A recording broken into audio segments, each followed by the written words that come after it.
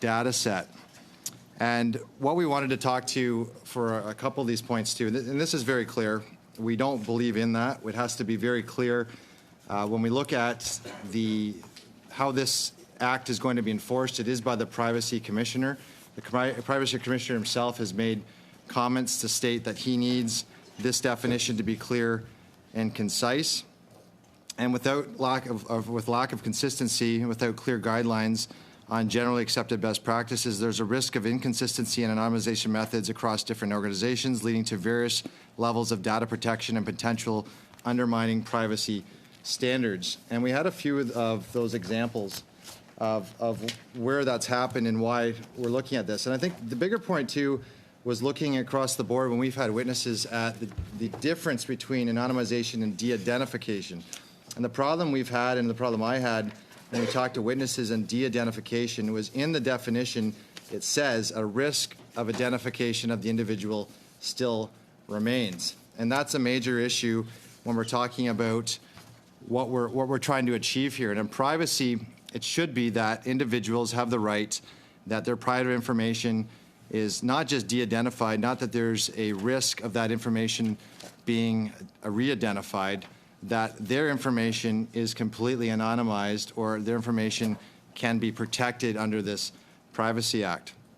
I wanted to give two examples of where this happened in the past. And all of us recognize that we have had our information breached, our privacy breached on many different occasions. I get emails on certain apps, or even sometimes your banking or Netflix, where there's an email that says your information has been compromised. Please change your passwords. This happens all the time. Two examples. I'm going to give one American, one Canadian, where this has happened and caused harm to consumers. In 2006, Netflix launched a competition known as the Netflix Prize, offering $1 million prize to improve its recommendation algorithm by 10%. And Netflix released a data set containing movie ratings by anonymous users. However, researchers later demonstrated that it was possible to re-identify individuals in the data set using external information. In 2007, two individuals showed that by combining the Netflix data set with publicly available IMDb data, they could identify specific individuals and their movie preferences. This raised serious private concerns as it highlighted the risk of re-identification even when data is anonymized. In Canada, we had the breach of Ontario Ministry of Health and Long-Term Care's data breach in 2011. In this incident, the personal health information of thousands of Ontario residents was compromised due to inadequate de-identification measures. The ministry had released health data to researchers for analysis, but failed to sufficiently anonymize the data, allowing individuals to be re-identified. As a result, sensitive information such as medical conditions, treatments, and hospital visits became accessible to unauthorized parties. And this breach raised serious privacy concerns and highlighted the importance of robust de-identification practices, especially when dealing with sensitive health data.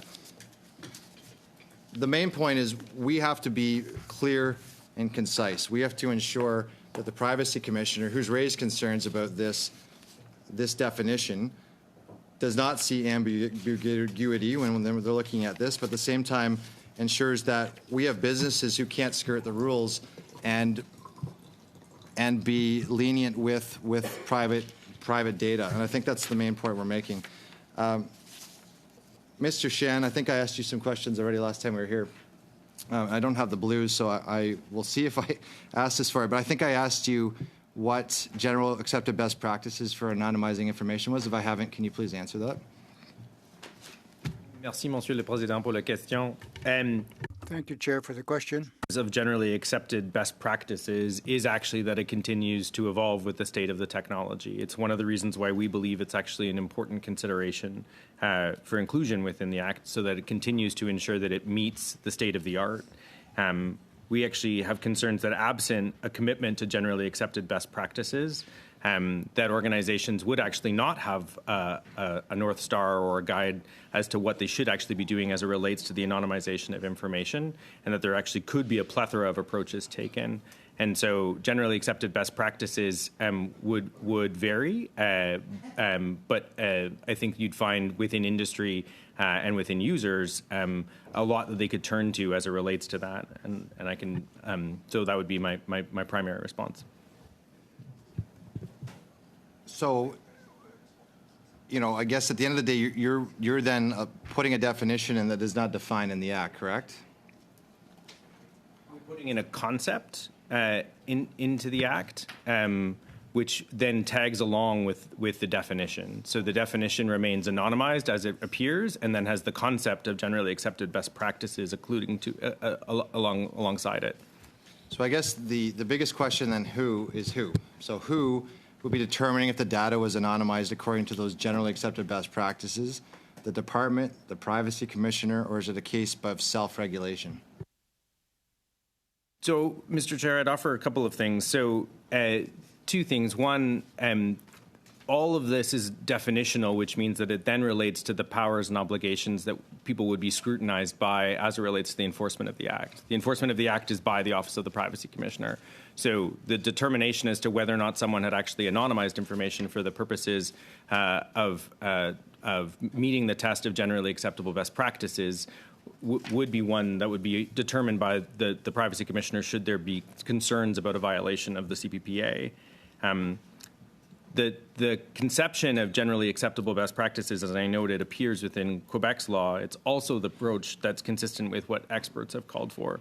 So the Canadian Anonymization Network, or CANON, is a not-for-profit organization with representatives from public, private, and health sectors in Canada, includes the participation of experts in the field of de-identification and anonymization, including Statistics Canada. And they stated that the inclusion of the phrase generally accepted best practices will help future-proof the definition of anonymize, as it sets a statutory obligation for organizations to consider the evolving de-identification techniques and standards that would sufficiently protect personal information for their industry and context. And we've heard from some of those witnesses, but it was the Privacy Commissioner himself who noted that this was not something that he'd like to see in there, especially if there was not a clear and concise concept of who was setting those and what businesses knew the best practices were. Do we have other countries that we've looked at? I know you've mentioned Quebec, but did you look at other countries that had generally accepted best practices in their legislation when it came to anonymization? The one I'm most familiar with, Mr. Chair, is Quebec's Law 25, which does make that I'm not sure of others. Okay. And from what we've seen, there aren't many others, and the GPPA does not have that in there. When it came to consultation for this, we of course had many witnesses here at the committee. And you met yourself personally with quite a few witnesses, is that correct, in the department? That's correct. Did you meet with all the witnesses that we had here at the committee? I'd have to review the witness list, but I'd say over the course of the years I've been within the department, it's probably likely that I've met with all of the witnesses that you had testimony from. Did you meet with any witnesses more than others? Were there any that requested more meetings with you on this and other topics of this? I'd have to review. I'd say in general, there's a strong representation from the academic sector and a strong representation from industry. Of that, we did know that you met with the Canadian Marketing Association, who've been strong advocates for this kind of language being included in the bill 10 times. Are you aware that they're trying to keep, so reasonable, or to keep general best practices in this definition? I know that that's one of the issues that the CMA has raised in their submission to this committee. Okay, and I know we've had some testimony, but just because you met with them 10 times, are they stating that this is going to hurt their business if they don't have this included, or were there any concerns that this definition of anonymization could be too strict for them? No, I think you'll find the specifics within their submission and as well as within their own testimony. But I think their view is that I don't want to paraphrase their view, but I understand it that they would like a standard by which they could actually know where to follow, and they want to be able to ensure that there are standardized approaches, which is why they believe generally acceptable best practices, I think, is helpful.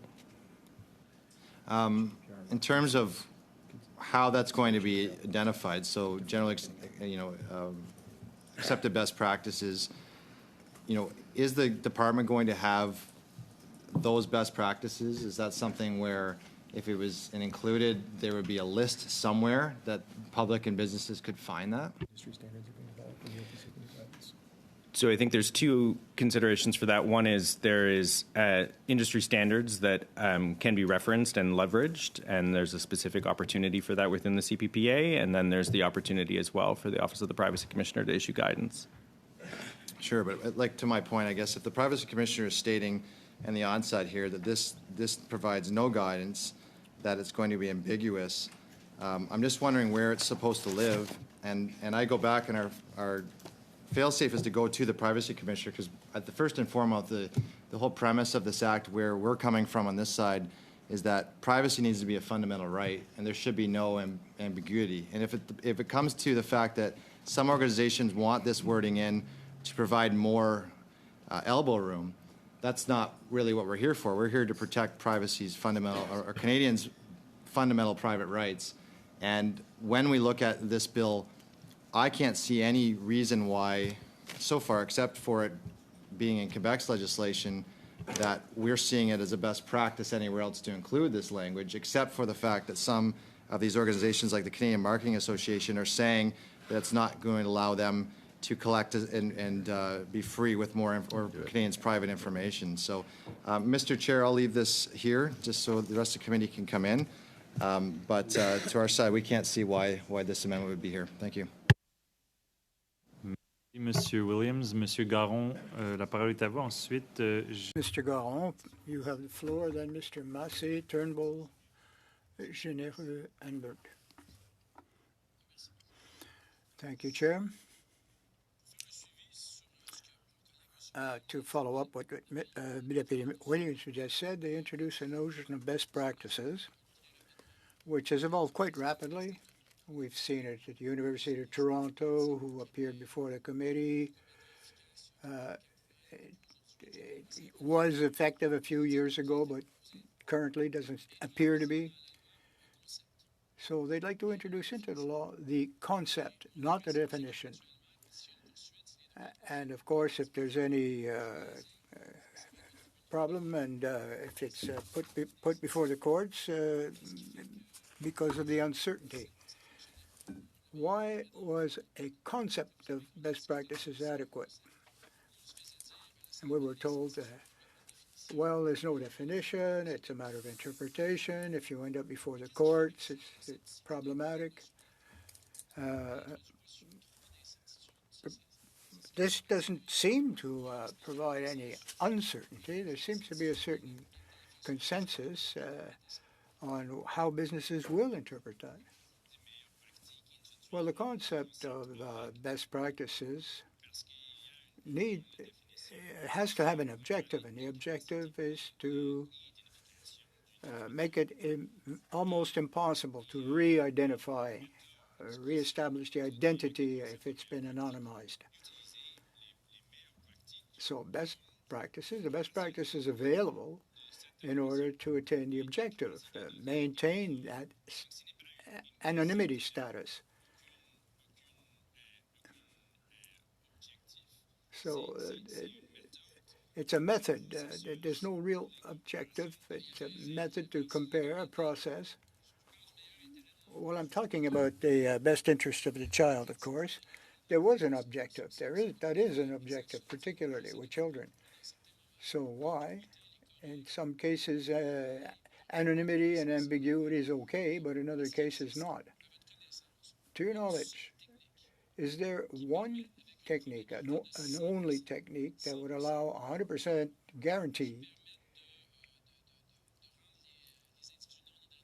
that individuals would not be able to be identified? Or is there still a risk?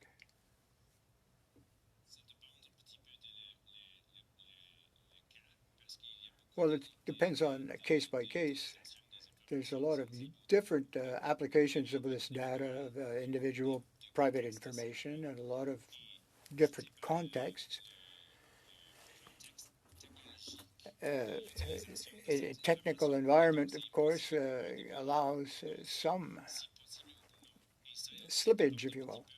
So I'm not an expert in the field, so yes, there has been technological evolution of these methods.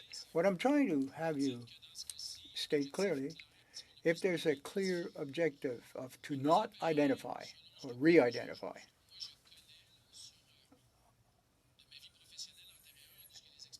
in a previous life, I know that there is really no single technique that's 100% watertight. There's a lot of ways you can re-establish the identity of individuals. So what is the adequate acceptable level of risk? And who determines the basket of technologies? Because there is a basket of technologies, there's not a single one. And it has to match and be compliant with a certain acceptable level of risk. But who determines? Other than, depending on good faith. Well, there is a definition of anonymization, and in the implementation process of this act, the Privacy Commissioner determines if an organization has in fact respected and applied these definitions. So the Privacy Commissioner will keep a list of best practices. Well, if there is a suggestion that privacy has been breached, the Privacy Commissioner will examine whether or not the rules were applied or the regulations.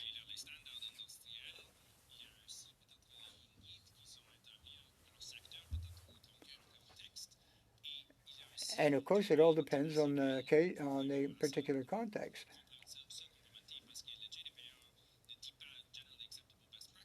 We don't say the generally acceptable practices. They say that which is essential to anonymize, de-identify, if you will.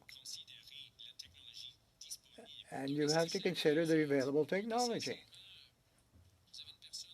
Well, essentially, somebody has its rights breached. The commissioner takes a look at that, studies the case, see if the enterprise actually followed best practices, and provides his advice on the issue. Don't you feel that if there was a regulation which would allow the commissioner in advance to determine a certain number of best practices, instead of having the individual having to bring forth a complaint to the Privacy Commissioner? Your digital identity would be lost in that case. Well, the law should favorize those practices, the guidelines, which would allow corporate entities to consult a legitimate source of information.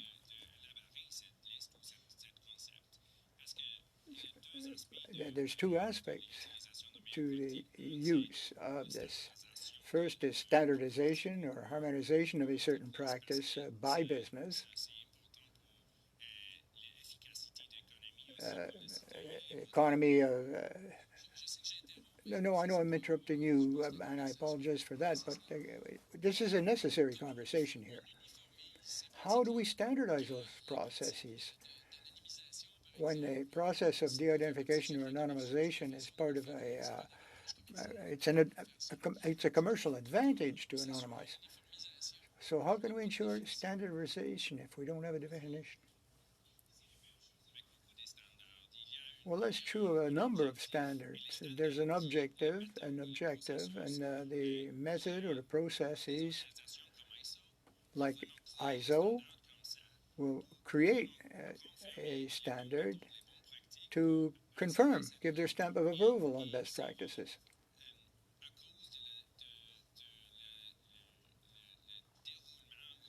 And because of the rapid evolution of the technology, well, that's basically the reason why the Canadian network, Canadian anonymization network, And a lot of civil society organizations want to ensure that.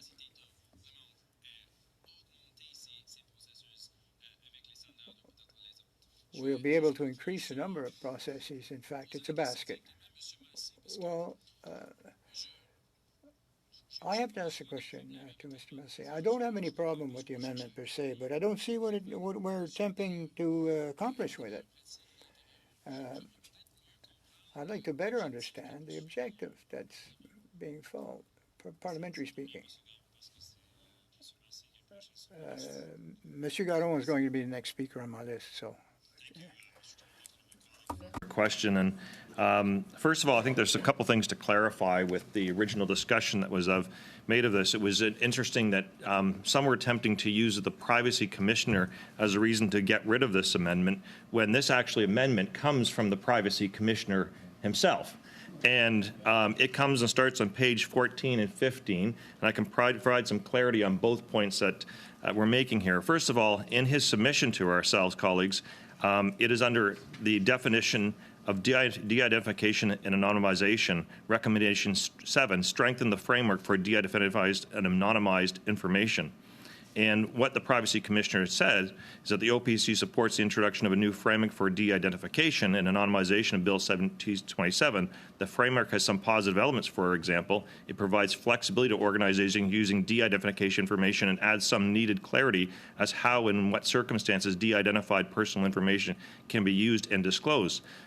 So right there, that's opening the door for businesses and their ability to use some measures. He continues with, that said, as currently drafted, it provides too little protection for de-identified and anonymized data. And this is where we get to some specifics about, I guess, philosophy of this. Best practices. Can you name who is going to actually make the best practices, Mr. Shan? As I noted, Mr. Chair, there's a number of mechanisms by which Not mechanisms, who and what companies will make best practices? Mr. Chair, if I can complete my sentence, I would say that industrial standards organizations, which have a necessity to be tripartite in their formation, including the participation of academics, civil society, as well as industry, are often party to the making of industrial standards. Which those are actually part of them, and that's a basic point we have here, is that you're either siding with the decision of people having de-identification and anonymized information being protected from themselves, or having an industry led by Google and others and their associations, some of which actually have other funding and so forth. And what's interesting is this issue with regards to the Quebec consistency, and I think it's an important one, a distinction the Privacy Commissioner has addressed, and also it's also been addressed by testimony from Diane Poitras, the former president of Quebec's Commission of Information. And on specific, the Quebec legislation with the relevant provision in Section 23 is this: where the purposes for which information was collected or used are achieved, the person carrying on an enterprise must destroy the information or anonymize it to use it for serious and legitimate purposes, subject to any preservation period provided by an act. For the purposes of this Act, information concerning a natural person is anonymized if it is, at all times, reasonably foreseeable in the circumstance that it's irreversibly no longer allows a person to be de-identified directly or indirectly. Information anonymized under this Act can be anonymized according to generally accepted best practices and according to the criteria and terms determined by regulation. And part of that, in the testimony that we received also from the Privacy Commissioner, was because they wanted to fall on the side of caution at that moment. But what's interesting from Mrs. Poitras, the former president of Quebec's Commission, as I mentioned, who stated in response to a question that, quote, if I understood correctly, part of your question was whether we have any concerns about the interoperability. There are a couple of things I have concerns about. Among other things, there are important distinctions in the regimes applicable to anonymized data and de-identified information. So the door was left open to be actually improve the situation even for the residents of Quebec with regards to having empowerment over some of their data, and that there's quite a comfort level that having this difference is okay. And so what we are really talking about at the end of the day here is whether or not best practices, which will be industry-led, policed, and determined, used against the OPC, because best practices, if there is a distinction difference, will be used against the OPC, the Office of the Privacy Commissioner, with regards to that. So basically, at the end of the day, this boils down having faith in whether the Privacy Commissioner should have control over this measure or whether or not we want it to be industry-led. I'm going to side with the Privacy Commissioner. Thank you, Mr. Chair. Merci, M. Massé. M. Turnbull, la parole est à vous. Ensuite, j'ai M. Généreux et M. Perkins. Thanks very much, Chair. Great debate on an important consideration for this bill. Just maybe to go back to anonymization is, in our view, privacy enhancing by nature, is it not? Mr. Sean, can you just speak to that? Enhancing mechanism because it does render the information unreidentifiable. And so we see sort of teased out here in various different comments that the Privacy Commissioner in this case is saying essentially if you add generally accepted best practices into the legislation or the definition of anonymization, that this could open the door.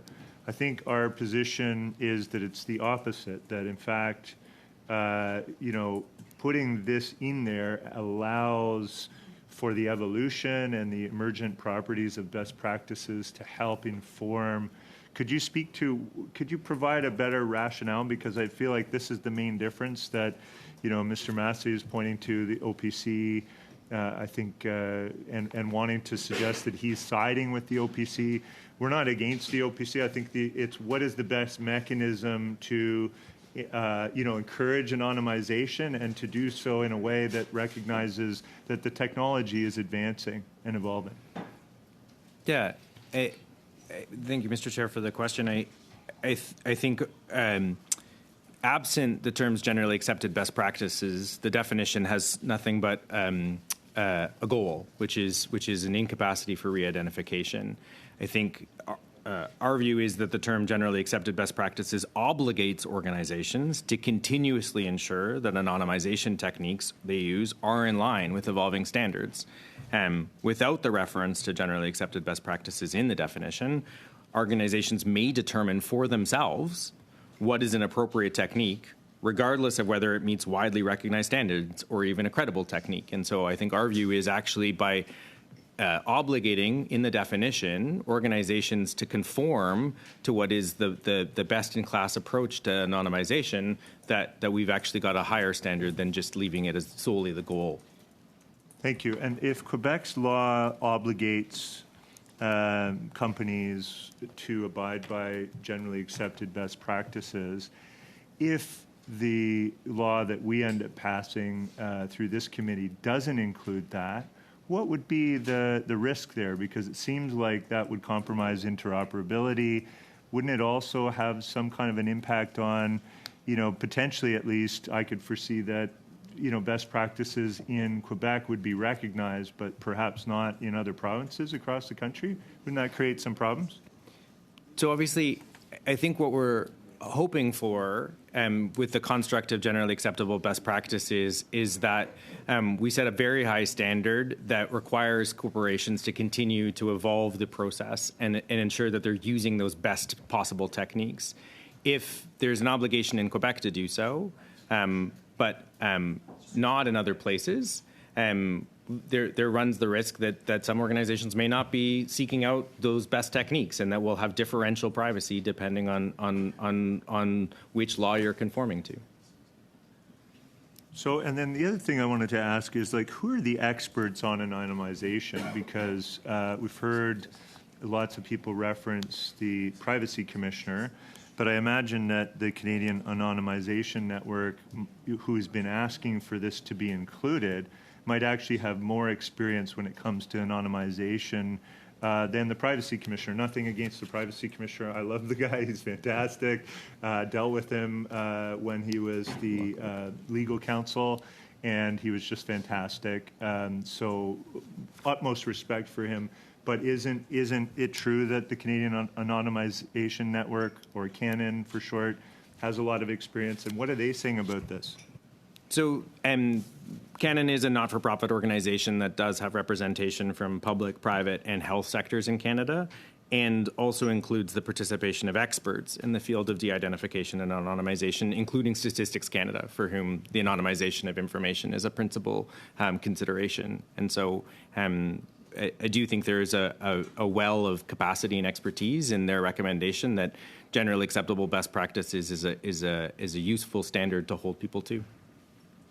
Thank you. And then to the point that this is one of the strengths of including this is that it evolves. I think some of the comments we've heard from others suggest that if it's not an exhaustive list today, that in essence that provides some ambiguity, that will be taken advantage of.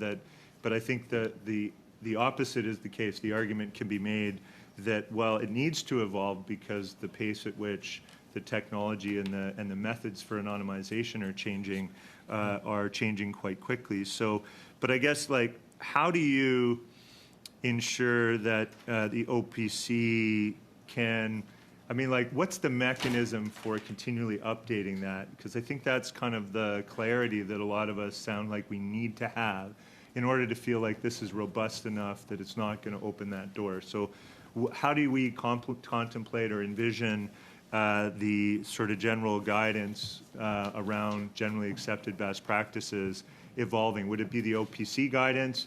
And where would the expertise come from? I'll defer to Mr. Chhabra on this one. Thank you very much for the question. I think it's important to recognize that de-identification and anonymization techniques live on a spectrum. Anonymization is at the far extreme end. De-identification is something far more simple. The committee, in its earlier deliberations today, referenced some cases that go back to kind of the mid-2000s where information was stripped out of a data set and it was easy to re-identify it. And that's exactly the kind of issue that we're trying to combat by establishing a higher bar for anonymization. Anonymization techniques are generally algorithmic in nature. They involve things like differential privacy or k-anonymization. These are very sophisticated mathematical algorithmic techniques that, of course, because they're algorithmic in nature, can over time have their efficacy degraded as other algorithms are developed, as new mathematical techniques are developed, as computing becomes more powerful, vis-a-vis quantum computing, for example. There are opportunities downstream for what was one point considered anonymous in nature to later, in a matter of years, become much more easy to break. And so the reason for including a standard that says generally accepted best practices is because it requires an organization to continually review and update. The whole point of anonymization in the context of the Act here is to ensure that anonymized, truly anonymized data can be used for beneficial things like improving health informatics, improving health system and delivery. When it is at risk of re-identification, it means it's then back into the auspices of the Act and all the requirements apply. In practice, the way we would see the Office of the Privacy Commissioner using a generally accepted best practices requirement is if there were a case in which there were a security breach or that personal information was leaked, they would then be able to go and point at the Act and say, the Act requires that you anonymized in accordance with generally accepted best practices. And we can or cannot find evidence that you have done so or that you've maintained a modernity or contemporaneously with generally accepted best practices. So maybe you did it 8 years ago or 10 years ago, but then you left the data set alone and it became breachable. What this does is it requires a constant evolution of standards that say, if you're going to try to maintain this as being an anonymized data set and the protections that includes, you have to keep updating the standards by which you've applied that anonymization. So in essence, because anonymization includes not being able to re-identify, and the anonymization process and techniques are evolving quite quickly, that if you don't have this, then what's the risk? The risk to me is that perhaps it goes out of date, or organizations, companies are not keeping up with the pace of those generally accepted best practices. So what's the big risk, though, in terms of the public and privacy concerns? Because Ms. Samir or Mr. Chhabra, your comments really sort of point to a risk that I haven't heard anyone talk about yet, which I think is part of the main point why our position is against removing this clause.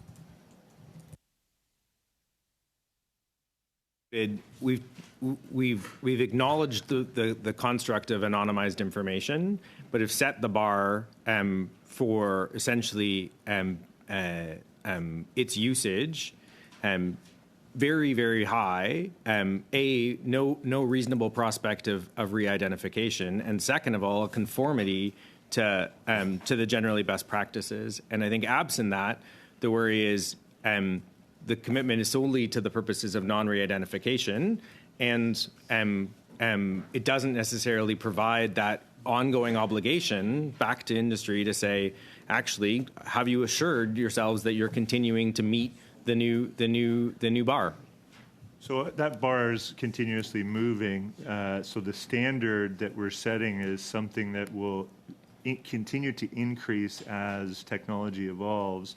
And that obligation for those companies would then be tethered to that moving target, which is that, the standard best practices are going to have to be followed, and they can't just check out and use outdated anonymization techniques and forget about staying up to date with the best practices. Am I right? That's correct, and essentially ensures that, as opposed to having a potential for a re-identification test that then that then ultimately results in a breach and then is revealed by the privacy commissioner to not have met the standard. Instead, there's two elements. There's a non-re-identification and a commitment to the use of generally acceptable best practices, which means that you're continuing to ensure that you're actually drawing on the techniques that are most modern. And maybe just a final point, just to really punch home the point that this, leaving this in other words, not taking it out, which the NDP have proposed, continues to align Canada's legislation with Quebec's privacy law. And also, I would just want to point to the fact that our next amendment, which is in consideration, which Mr. Massey read out, the Quebec law is on reasonably foreseeable risk. We're also including to further align our legislation with Quebec's privacy law. Is that correct? That's correct. Okay, thanks, Chair. Merci beaucoup. J'ai Monsieur Généreux. Thank you, Mr. Généreux. To the witnesses, the series of questions I'd like to ask you is not on the amendment per se, but on the process which has led to this motion or amendment. The definition is very important for the bill. You'd agree with that, I'm sure. And on the interpretation of the bill, if and when sanctioned. Now, my question is not any accusation here, but I just want to understand the process. The government tabled this a couple of years ago.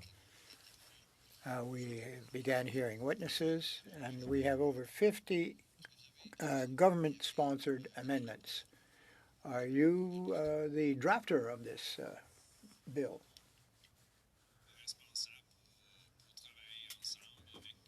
No, not personally. I work in concert with my colleagues at the Justice Department to ensure that, but policies established by the minister last September, the government brought forth a number of amendments which were the result of some consultations, because this was done after the tabling of the bill. You have consulted with approximately 300 parties, but during the consultation, some people were called. They weren't in the original 300, and they complained that they weren't consulted, or they would have liked to have been consulted. We've been told on many occasions that there should have been more consultation on this bill. So today, we're dealing with a series of amendments, this one and another, which demonstrate once again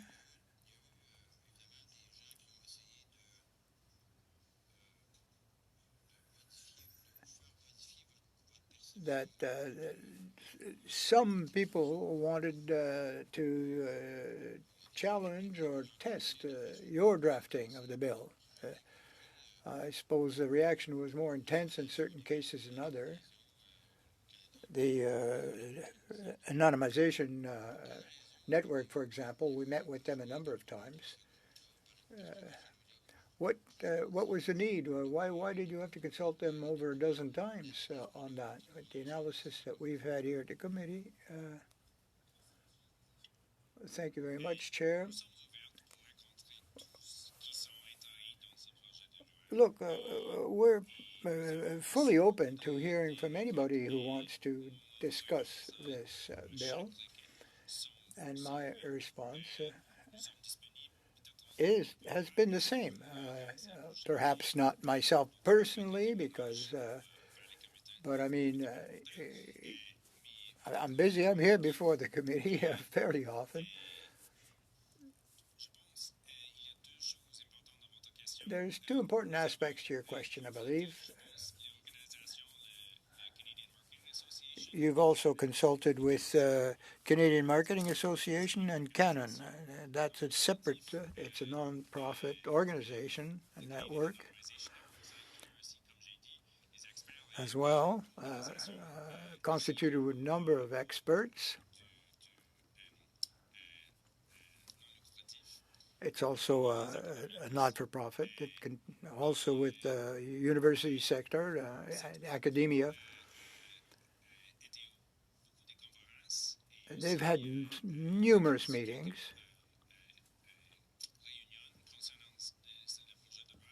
On the bill, because of their interest in it, of course.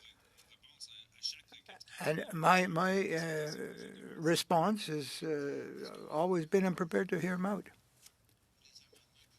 Well, the amendments that you're now proposing, because you withdrew one that was proposed by the minister in September, now we have about 50-ish proposed amendments made by the government. Now, did this occur after you met with those other groups, or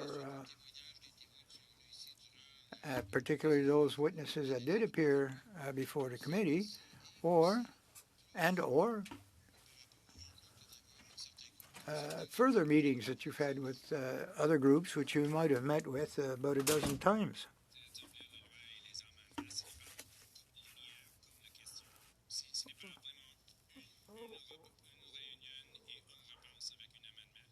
Well, it's not a linear relationship. I mean, one meeting and then brings forth one amendment.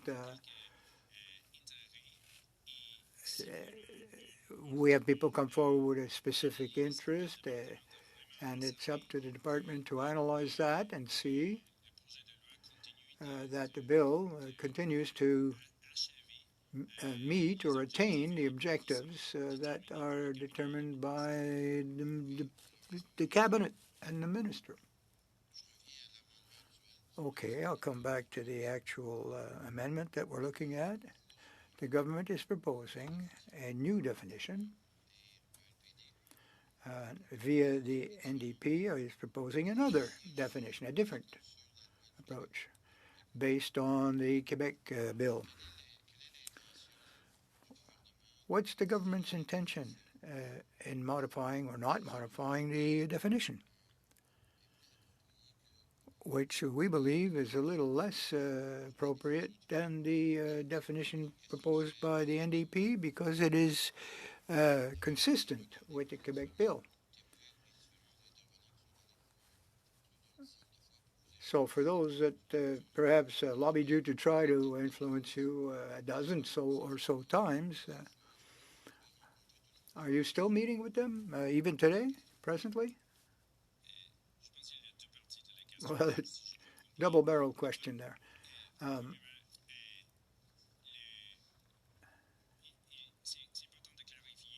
It's important to clarify it there.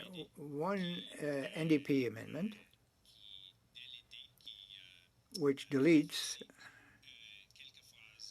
a few words in the definition which are in the proposed bill, which was initially proposed.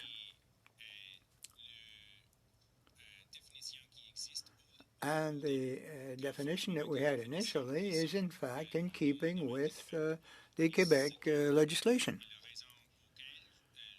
And the reason for this is to encourage the use of anonymized data because it improves or increases the privacy of our Canadian citizens.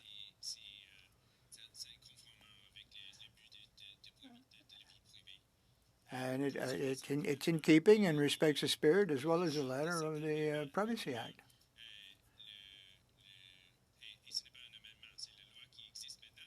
Well, the law is in effect. The Privacy Protection Act is in effect. But many stakeholders brought forth some analyses are at the base of this recommendation, which was proposed in May 2022. Do you believe that the number of representations made by certain groups, some much more frequent than others, might leave the impression that the industry is trying to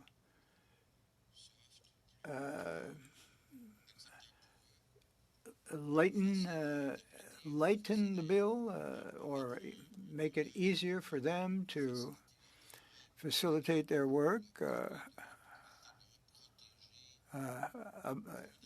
trying to protect fundamentally privacy rights? The goal of the bill is to protect Canadians and their privacy. Did you have the feeling that these organizations wanted to, well, can I use the expression, water down the bill so it'd be easier for them to interpret it?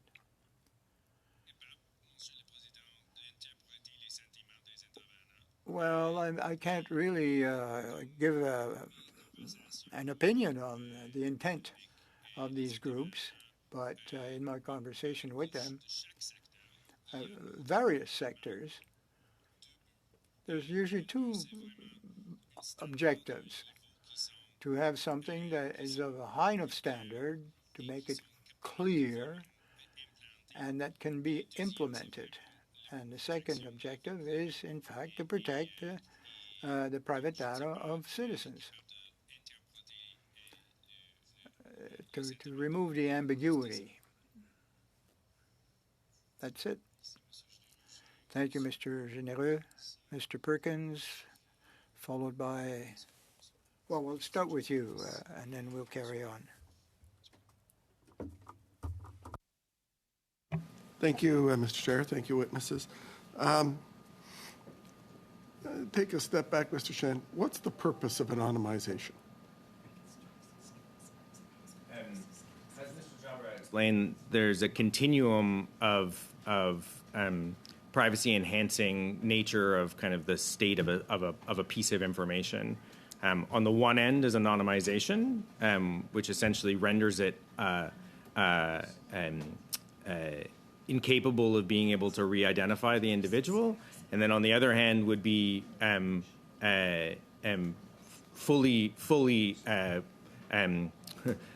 declarable, or I don't know what the right term is, but essentially understood who the individual is and its fullness. And I think the goal is to create a continuum of likely states of information, recognize their existence in the commercial context which the CPPA will regulate, and ensure that appropriate safeguards are placed along each stage of the continuum, and then encourage potentially the usage of information in those states with the appropriate safeguards in place at each stage. So what's the purpose of a company being forced to take it to that final test of making sure it's anonymized? Is it because they're sharing it outside their organization, or what is the purpose for that? Because if it's information you've gathered internally, obviously through your customer base or whatever, you don't need it anonymized unless you're sharing it in some way. I think the use cases for anonymized information would vary, but I think there is an understanding that information potentially can be still rendered useful, potentially either within the organization or outside of it, because again, even within the case of identified information, it needs to be prescribed to the purposes for which it was collected and only utilized. And the law specifically states that people should minimize information only for its most necessary uses. And so even in the case of in one's own organization, there would be use cases potentially for which anonymized information might still be valuable, but wouldn't rise to the level of providing either de-identified or identifiable information to those parts of the organization, because there's not a use case specific to why it would leap to that level. Particularly in increasingly large and aggregated data sets, they can have value without necessarily needing identifiable information there within. So as an example, I'll just draw it to my past life as a as a retail marketer. I would be a member of a coalition program. A coalition program are programs like Air Miles. We would collect and get access to the data of what our customers would be using Air Miles for and how it would impact the sales. But we also could get access to data. We could also get access to data from Air Miles more generally of what people are doing of certain profiles, but it wouldn't necessarily be with an individual identifier on it. It would be people in a certain income bracket or geography or whatever have these other purchasing patterns, so I could draw some conclusions. That's a case where I might be buying or getting anonymized data as a marketer. It's that kind of thing, right? Yeah, I think the use case would determine whether or not that information was de-identified or anonymized. Right. And I think in many cases where people think they might be dealing with anonymized information, they're actually dealing with de-identified information. All depends on what their terms of use are when they signed up for, in this case, Air Miles or something else. Well, no, it actually depends on the techniques that have been utilized to strip out any personal identifiers. Right. So a de-identified set, like a loyalty program, may still have enough discernible information to actually constitute itself to be identifiable or de-identified. Sorry, so they would not rise to the level of anonymous information. They would actually they'd actually still be considered to be de-identified. And that's a great point, because we had testimony from organizations like Canadian Marketers Association and others here before the committee that said it's impossible to anonymize and that this definition was too strong, and from others who said, like the Privacy Commissioner and others in the privacy space, it actually is, it's just not strong enough language. So the idea is to get it to the point where it's impossible to re-identify. But you said a few moments ago that to the point that it's almost impossible. So the purpose of the government is not to get it to impossible, but almost impossible. What do you see as the difference?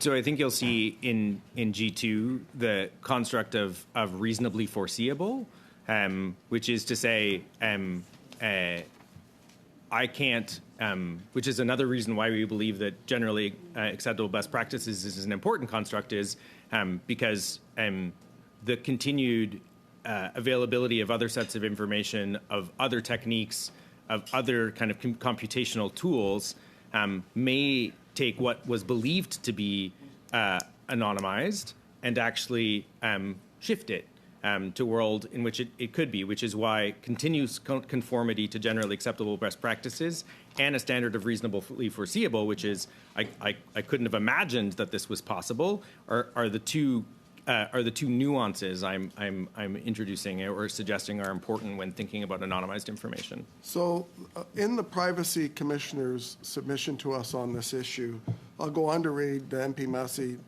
only read a small part. He goes on to say, in talking about this issue, as currently drafted, organizations could anonymize personal information using generally accepted best practices. That's the term we're discussing here. However, there is no explanation of what these practices are or what would be considered generally accepted.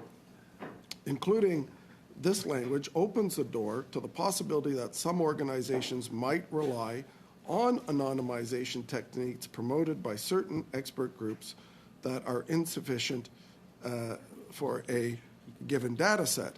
And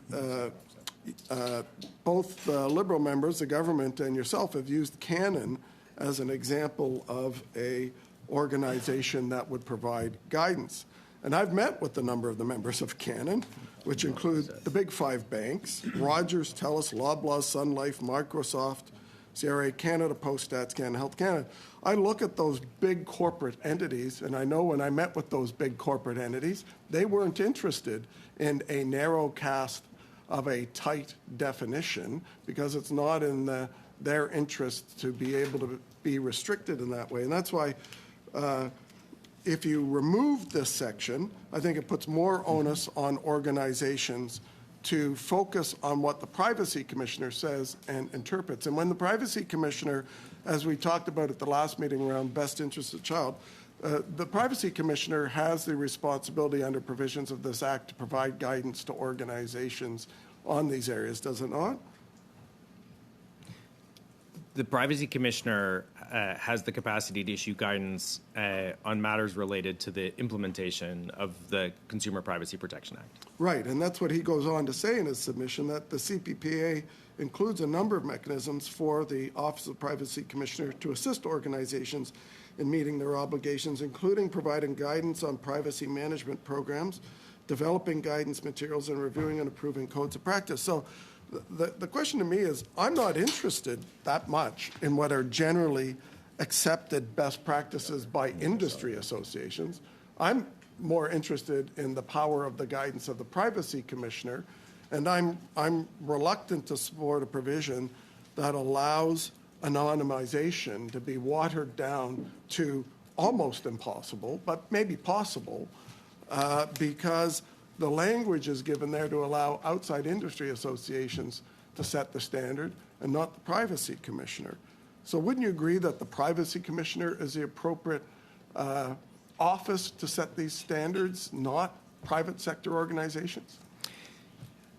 So I think you'll find no dispute that the Privacy Commissioner is the ultimate interpreter of the enforcement of the Act. I think as it relates to the techniques utilized for the purposes of anonymization, I think there's important voices to include, including those of academics, who are party to some of what has been encouraged in this space, as well as those of Statistics Canada, of Health Canada, of the Public Health Agency of Canada, all of whom contribute to the view that acceptable best practices can be established and upheld outside of within this remit. But doesn't the Privacy Commissioner have the responsibility to talk to all of those groups in developing the policies and guidelines?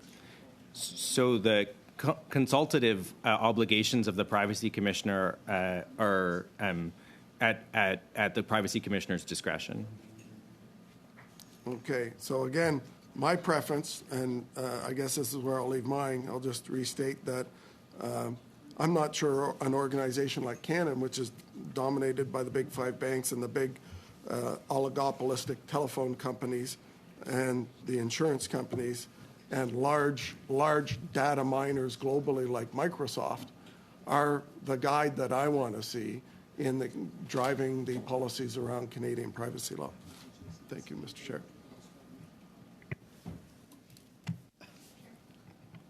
Merci, Monsieur Perkins.